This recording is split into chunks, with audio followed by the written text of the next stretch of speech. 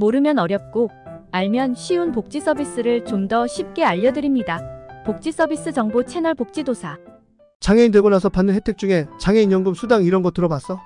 주변에 어떤 사람은 장애인연금을 받는다고 하고 어떤 사람은 장애수당을 받는다고 하는데 대체 나는 왜 그런 거 안 주는 거지? 이런 질문을 하는 사람들이 꽤 많아서 준비해봤어. 장애인 복지 서비스에서 대표적으로 현금 지원을 하는 게 장애인연금 또는 장애수당이야. 혹시라도 혜택을 받을 수 있는데 받지 못하는 사람들이 있을 수 있으니 이 영상 끝까지 지켜봐줘. 오늘도 아주 쉽고 간단하게 설명해 줄게. 장애 등급 정도. 자, 여러분이 장애인 등록 신청이라는 것을 했어. 그리고 국민연금공단에서의 심사를 통해 심한 장애 또는 심하지 않은 장애로 판정받았어. 지금은 요 두 가지로 나뉘어지지만 예전에는 1급에서 6급 이렇게 판정을 내렸어. 헌데 이런 등급이라는 것을 폐지해버렸지. 장애인 등급제를 폐지한 이유는 다양한 이유가 있겠지만 등급이라는 틀로 인해 정작 서비스가 필요한 사람이 혜택을 못 받을 수 있으니 이러한 등급을 폐지했다고 보면 돼. 자, 아무튼 이런 등급제가 폐지되었다고 해도 편의상 이해를 돕기 위해서는 1급에서 3급까지는 심한 장애, 4급에서 6급까지는 심하지 않은 장애라고 이해해야 해. 그리고 장애인연금은 이중 1급에서 2급, 우리가 보통 말하는 중증장애인, 심한 장애인 중에서도 장애의 정도가 좀 더 심한 사람이라고 보면 돼. 바로 이들이 장애인연금이라는 것을 신청할 수 있어.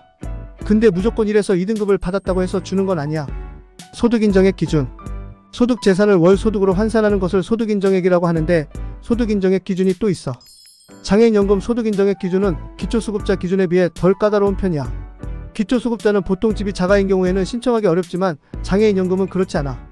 그리고 근로소득이 있다고 해도 공제되는 금액이 꽤 크기 때문에 정기적인 소득이 크지 않다면 한 번은 꼭 상담해봐.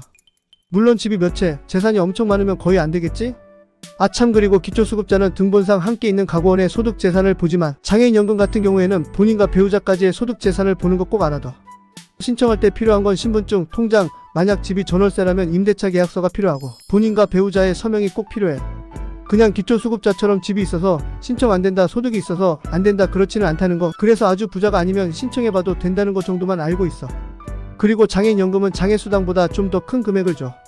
소득인정액 및 나이에 따라서 조금씩은 다를 수 있지만 보통의 경우 월 30만원 이상씩 지급되게 되어 있어. 자, 이제 장애수당에 대해 설명할게. 장애 등급 정도. 예전 기준으로 보면 1에서 2등급이 장애인연금 신청할 수 있다고 했잖아. 장애수당은 3에서 6등급까지 신청할 수 있어. 쉽게 말해 장애인연금 신청 가능자 외 대상이 신청할 수 있다는 거지. 소득인정액 기준. 근데 장애수당도 마찬가지로 장애인이라고 무조건 주는 건 아니야. 오히려 소득재산 즉 소득인정액 기준은 좀 더 까다로워. 보통 장애수당 받는 사람들을 차상위 장애인이라고 하는데 이건 차상위 즉 중위소득 50% 이내에 들어와야 한다는 뜻이야. 말 그대로 자동차, 집이 있거나 근로소득이 어느 정도 있는 사람들은 지원받기 힘들다는 뜻이지. 예외적으로 심한 장애에 해당되거나 하면 자동차는 재산에서 제외시키는 경우가 있지만 그런 특별한 경우를 빼놓고 자동차도 있으면 이러한 차상위 기준 안에 들어오는 것이 어려워. 보통 기초수급자나 차상위에 해당되는 사람들이 장애인 등급을 받으면 장애수당을 받게 되어 있어. 신청하는 방법은 기초수급 및 차상위 신청하는 거랑 거의 비슷해. 다른 점은 장애인연금은 본인 배우자만 서명하면 되지만 장애수당은 가구원 전체가 다 서명해야 해. 이건 가구원의 소득재산을 다 본다는 뜻이겠지? 그리고 장애인연금은 상황에 따라 금액이 달라질 수 있지만 장애수당은 그냥 6만원을 매월 지급해. 참고사항. 마지막으로 장애인연금을 받는 사람들 중에 기초수급자나 차상위에 해당되며 추가로 지자체급여라고 해서 장애수당 금액만큼을 추가 지원한다는 것도 참고해. 물론 이건 지역마다 다를 수는 있어. 그리고 경험상 신장장애인들은 중증, 그러니까 장애인연금 신청할 수 있을 만큼 판정되는 경우가 많더라고.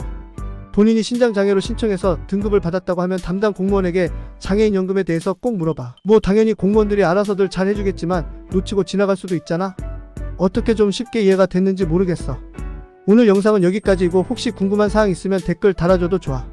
영상이 도움이 되었다면 구독, 좋아요 부탁해.